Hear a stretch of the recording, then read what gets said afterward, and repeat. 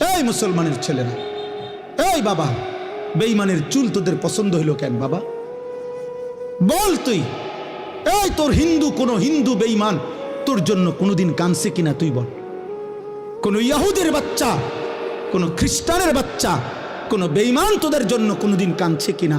তোদের জন্য 23 বছর কাঁদছে যিনি, তিনি তো মদিনার বন্ধু রাসূলুল্লাহ সাল্লাল্লাহু আলাইহি সাল্লাম। তো যিনি 23 বছর কাঁদছেন, উনি এই চেহারা দেখবার জন্য কাঁদছেন? বলো, তোমার মা 9 মাস তোমার গর্ভে ধারণ করে এত যন্ত্রণা সয়েছেন এই তোমার এই সুরত দেখার জন্য?